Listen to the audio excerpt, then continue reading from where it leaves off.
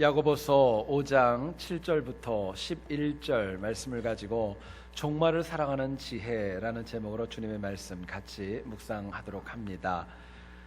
최근 미국의 성서 공유에는 미국인과 성경에 관련하여서 굉장히 의미 있는 조사 결과를 발표하였습니다.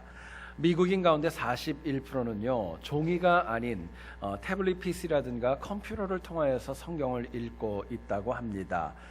또한 미국인 66%는 성경이 의미 있는 삶을 위하여서 반드시 필요하다 여긴다고 하고요. 반면에 56%는 성경의 가치를 인정은 하지만 성경으로부터 지혜와 조언을 얻는 것 원하지 않는다라고 답변을 하기도 했습니다. 놀랍게도 미국인 가운데는 불과 21%만이 성경을 하나님의 말씀으로 믿고 살아간다 이야기를 했습니다. 결국 미국은요 나름대로 성경에 관해서 인정하는 면이 없지 않아 있지만 그래도 성경을 읽는 사람들은 그렇게 많이 없다는 것을 저희들에게 보여줍니다. 그런데 가만히 보면은요 이것은 미국의 현상뿐만이 아니라 오늘을 살아가는 우리에게도 동일하게 적용될 수 있는 주제입니다.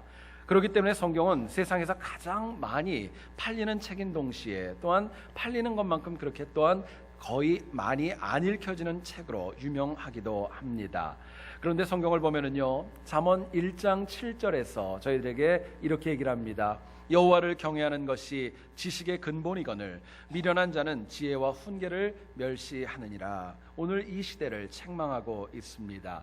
여러분, 하나님께서 우리에게 주시는 지혜는 내가 평탄할 때뿐만이 아니라 위급할 때, 특히 오늘과 같이 하나님의 말씀을 멀리하는 이 시대에는 반드시 있어야 되고 절대적으로 필요한 영적 은혜입니다. 문제는 종말이 우리들 앞에 가까이 다가오고 있음에도 불구하고 정말 받아들여야 될 지혜가 아니라 이 지혜를 오히려 외면하고 멀리하고 있다는 데 문제가 발생하고 있는 것입니다.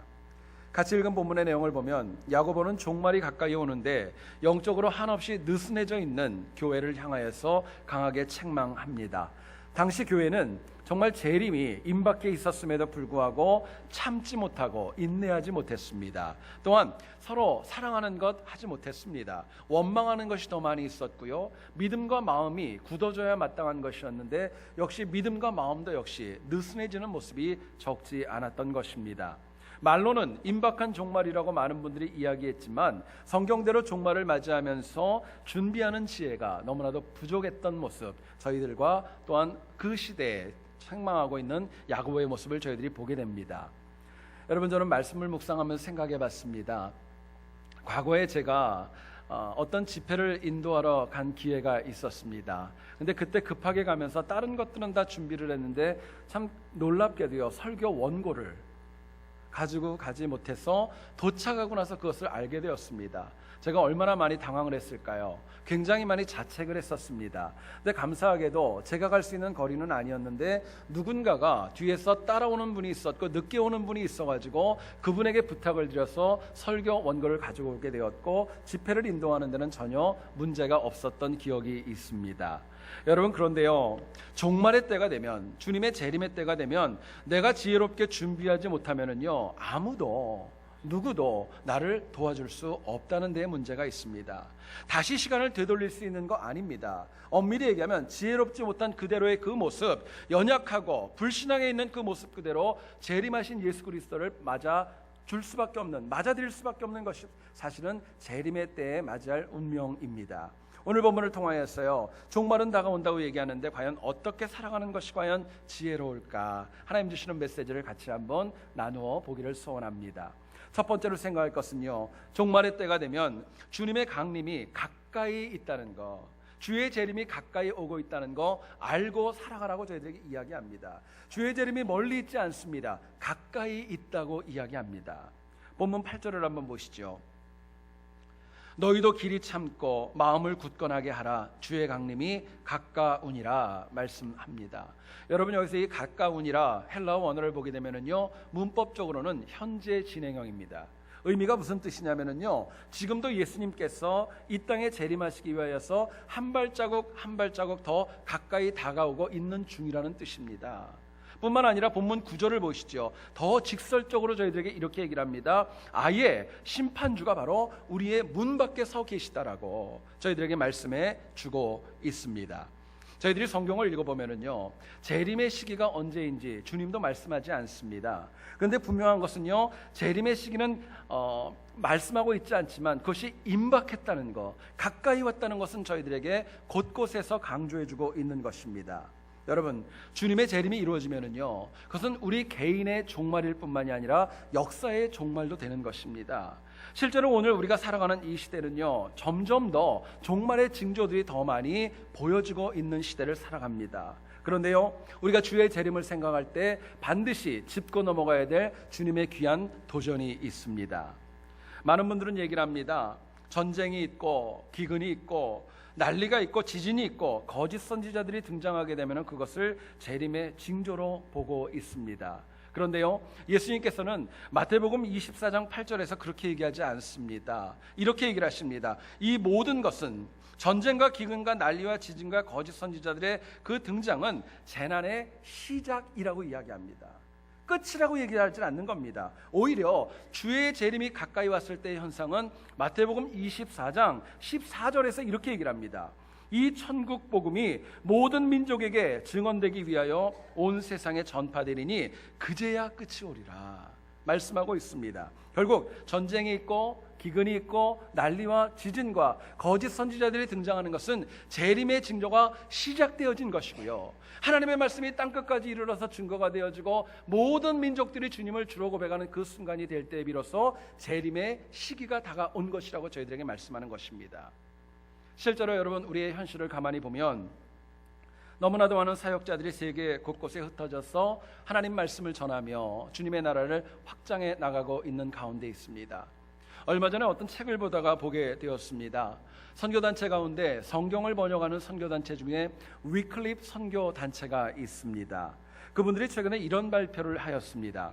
이제 앞으로 돌아오는 2025년, 얼마 되지 않았죠. 이제 2025년이 되게 되면은 세계의 6,909가지의 언어, 거의 세계 모든 언어로 그들의 말로 성경이 번역되어질 수 있다라고 이야기합니다. 놀라운 것은요, 처음에 이 위클립 선교회가 창설되어질 때까지만 하더라도 그때 모든 언어로 성경이 번역되는 시기를 2150년으로 잡았습니다. 엄청나게 빨라진 것입니다. 이유가 있다면요, 인터넷이 발전하고 또 컴퓨터를 통하여서 여러 가지 많은 성서문학이 발전하면서 그 효과를 톡톡하게 보고 있는 것입니다. 중요한 것, 이제 세계 모든 민족이 자기 말로 복음을 듣고 자기 말로 신앙을 고백을 하고 자기 말로 영적인 그 하나님 말씀을 전하는 것, 이제 거의 다 가까이 왔다라는 것입니다. 이 말은 무슨 말이냐면요, 예수 그리스도의 재림이 멀리 있지 않고 이제는 우리 코앞으로 불과 몇십 년 안으로도 다가올 수 있다는 것을 저희들에게 말씀하는 겁니다.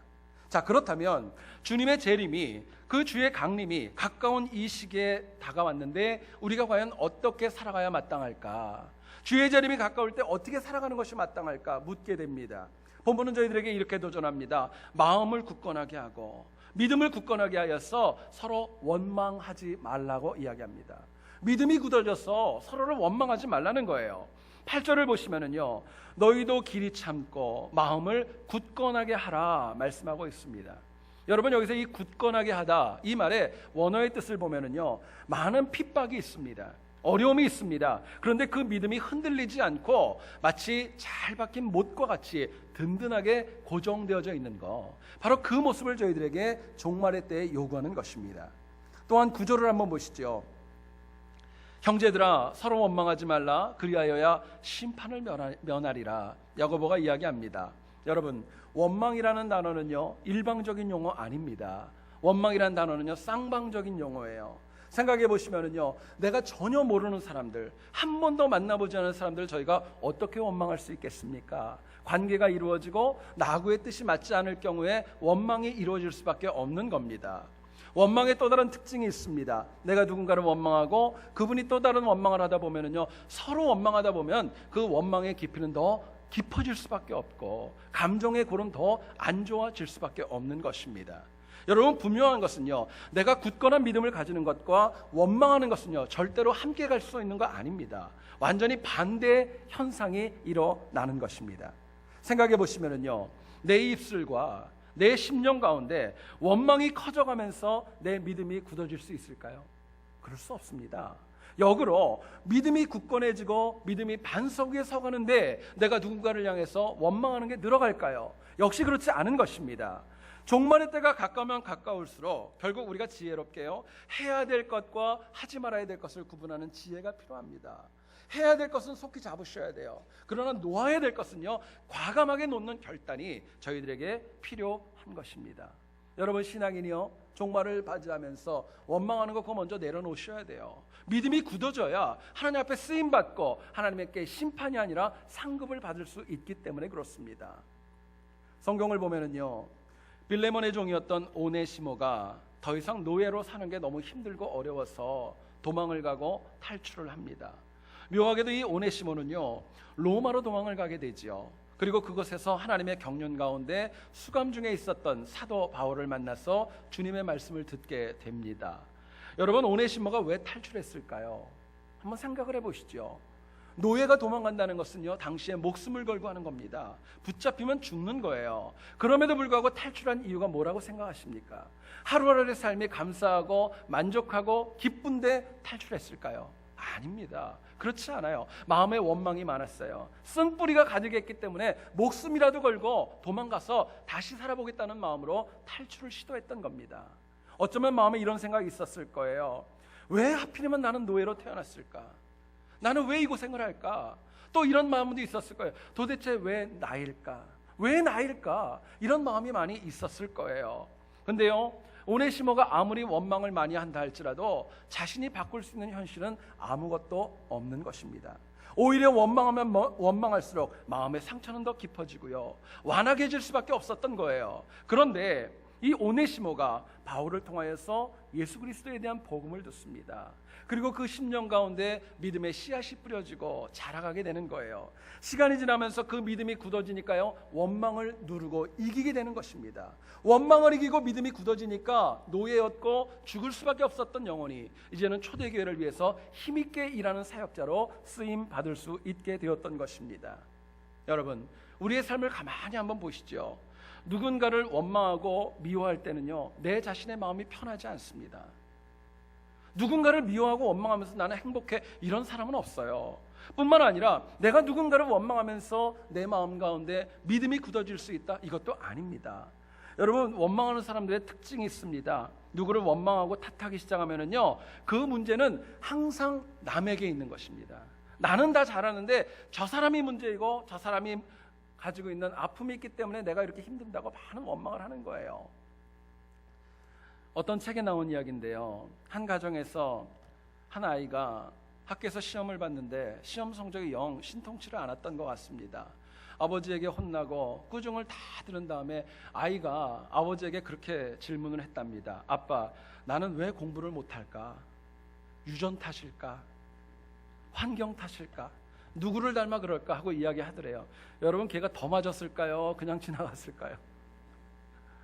생각해 보면은요, 우리 부모님들이 아이들을 혼낼 때 많이 쓰는 말이 있습니다. 안 좋은 거 있으면 꼭 그렇게 얘기해요. 꼭 아빠하고 똑같아가지고, 꼭 자기 엄마하고 똑같아가지고. 여러분, 그런 말들을 참 많이 들으면은요, 가슴 아프죠. 좋은 얘기 아닙니다. 여러분, 우리가요, 종말이 가까울수록 원망을 이겨야 되고 믿음이 더 굳어져야 됩니다. 이거 위해서 우리에게 꼭 필요한 것이 있습니다. 뭐냐면은요, 우리가 재림이 가까이 다가오시는 그 예수 그리스도 하나님만 바라볼 때는요, 우리가 원망을 이길 수 있고 믿음 가운데 더 굳건해질 수 있는 것입니다.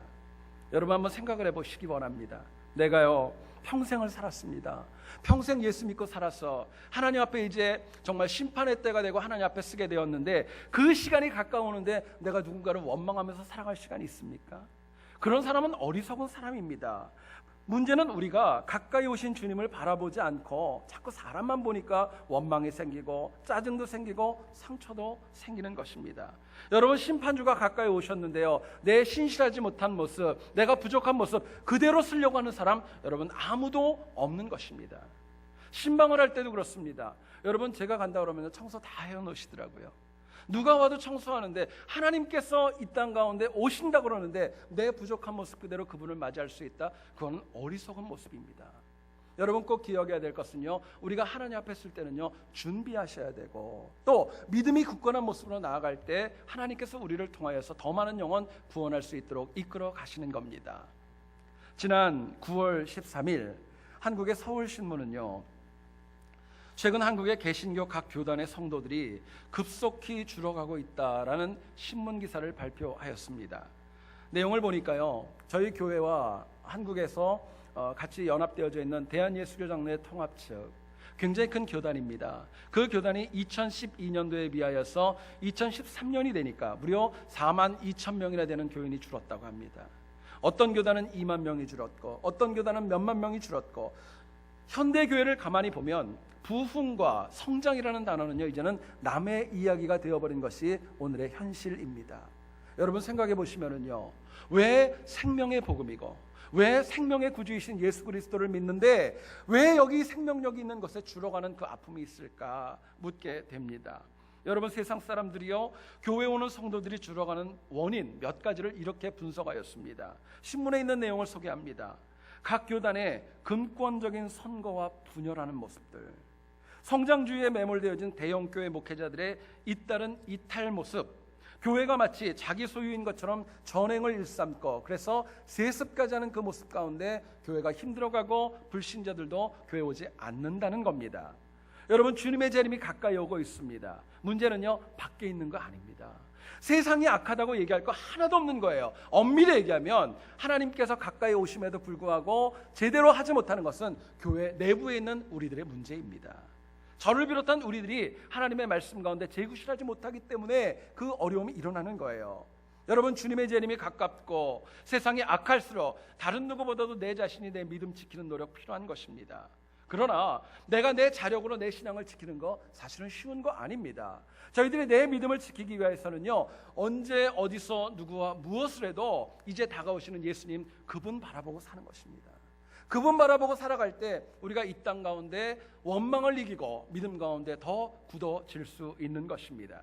여러분, 한 주간을 살아갈 때도 우리의 삶이 하나님 바라보시고 흔들리지 않는 굳건한 믿음으로 주의 재림을 승리하는 우리 모두 될 수 있기를 주의 이름으로 축원드립니다.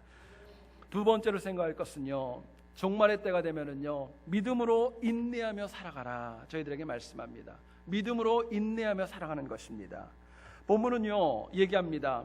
주님의 재림이 가까이 있다 얘기합니다. 주님이 심지어는요, 문 밖에 그대로 서 계시다고 이야기합니다. 그러면서 오늘 본문 짧은데요, 4번이나 걸쳐서 반복되는 내용이 있습니다. 7절을 한번 보시죠. 주의 강림하시기까지 길이 참아라 이야기합니다. 8절을 보시면은요, 너희도 길이 참고 마음을 굳건하게 하라 말씀합니다.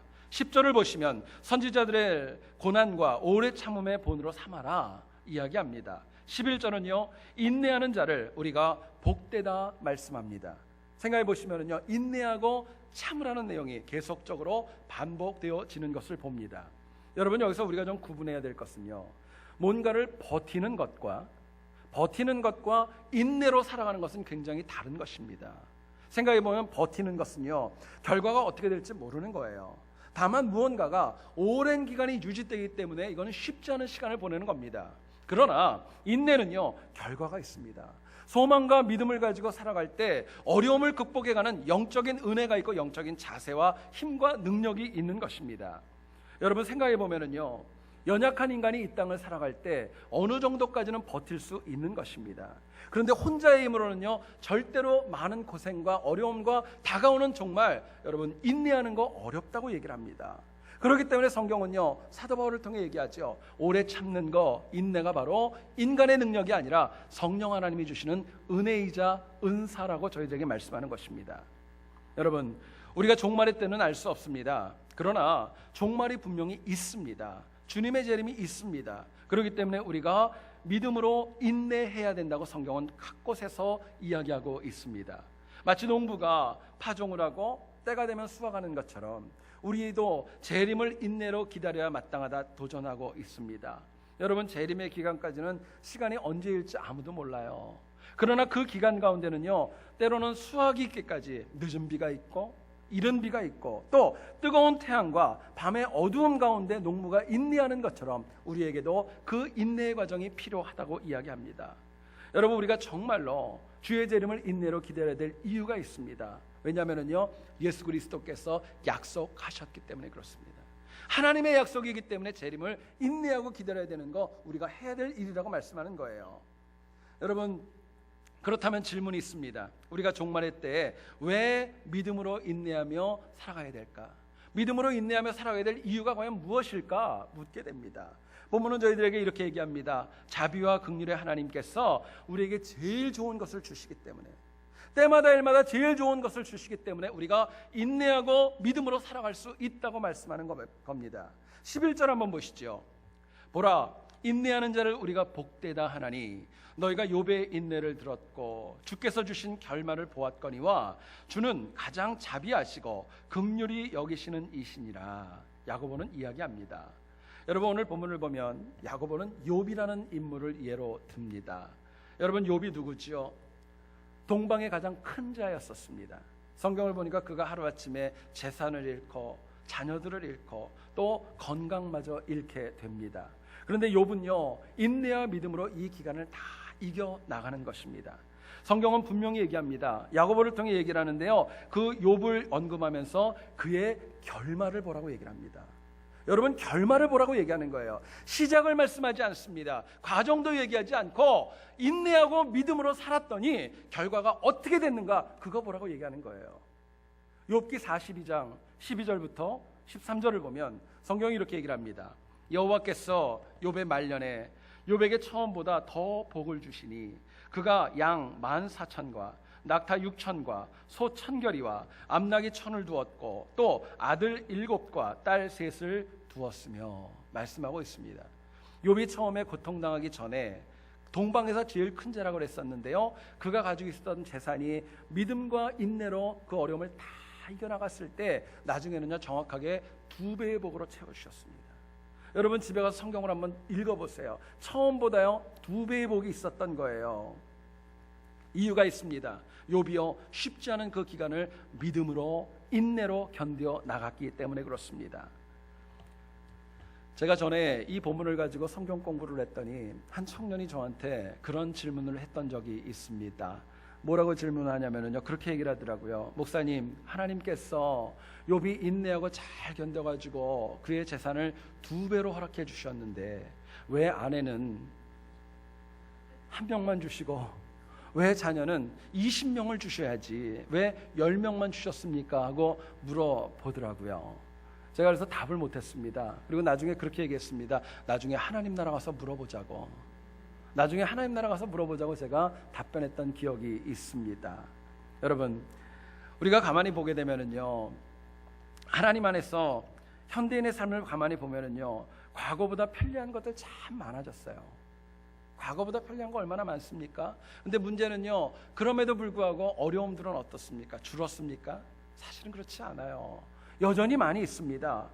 지금 한국에는요, 스마트폰을 가지고 쓰는 사람이 무려 4천만이라고 합니다. 엄청난 인원이 스마트폰을 가지고 이것저것 다 할 수 있지만 그것으로 인하여 온전한 평안이 오느냐? 그렇지 않습니다. 후유증 적지 않은 거예요. 인터넷을 통하여서 내가 누구라도 원하는 사람하고 연결될 수 있고 그 사람의 소식을 알 수 있는 이점이 있지만 역시 이것을 통한 피해가 적지 않은 것입니다. 우리에게 건강에 문제가 있어서 약을 먹게 되면은 생명 연장의 그런 비전이 있지요. 그러나 그 약 하나를 먹음으로 인하여서 어디가 좋으면 어디가 나빠지고 어디가 나빠지면 어디가 또 좋아지고 이와 같은 그런 역작용들이 적지 않은 거 얼마나 많이 보는지 모릅니다. 여러분, 결국 인간이 비록 많은 진보를 이루었지만 인간이 인간에게 최고의 것 절대 줄 수 없는 것입니다. 뿐만 아니라 인간은 그 어느 누구도 가장 큰 자비와 긍휼을 누군가에게 베풀 수 있는 능력 있는 거 아닙니다.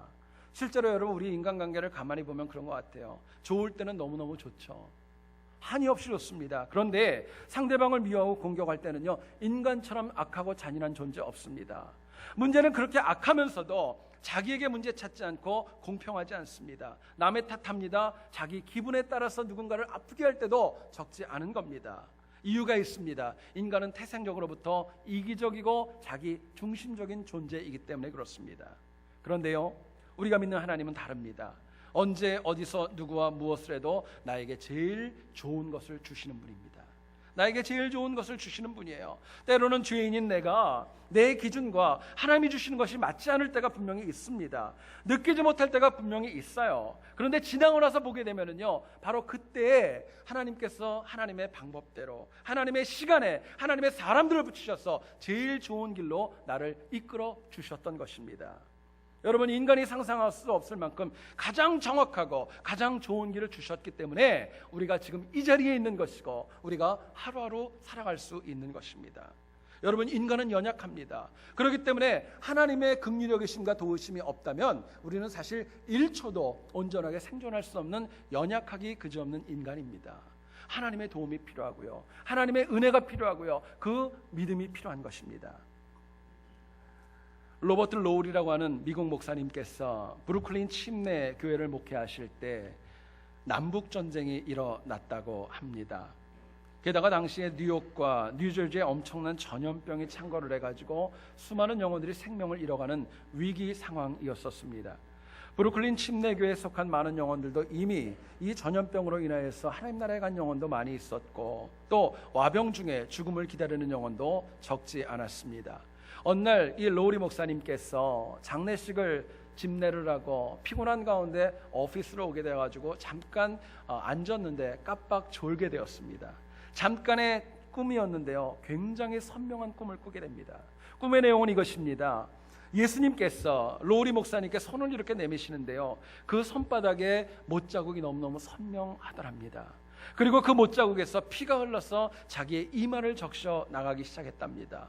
여러분, 놀라운 것은요, 예수 그리스도의 보혈이 흘러내리니까 그동안에 자신이 정말 억눌리고 짓눌렸던 아픔들, 상처와 눈물과 회한과 모든 절망들이 깨끗하게 치유되는 것을 꿈속에서 경험하게 됩니다. 그리고 눈을 뜨게 되죠. 그리고 고백을 그렇게 합니다. 인생의 모든 문제는 예수 그리스도의 보혈이 해결한다. 예수 그리스도의 보혈이 해결한다. 이거 찬양하면서요, 오늘 저희들이 이따 예배 후에 찬양을 하겠지만은요, 252장 나의 죄를 씻기는 예수의 피밖에 없네, 이 찬양을 작시하게 되었던 것입니다. 여러분, 세상 그 무엇도 아니고 예수 그리스도의 보혈만이 내 인생의 모든 문제를 깨끗하게 할 수 있습니다. 주의 보혈만이 나를 정결하게 하고 나를 온전하게 할 수 있는 능력이 주의 보혈에만 있는 겁니다.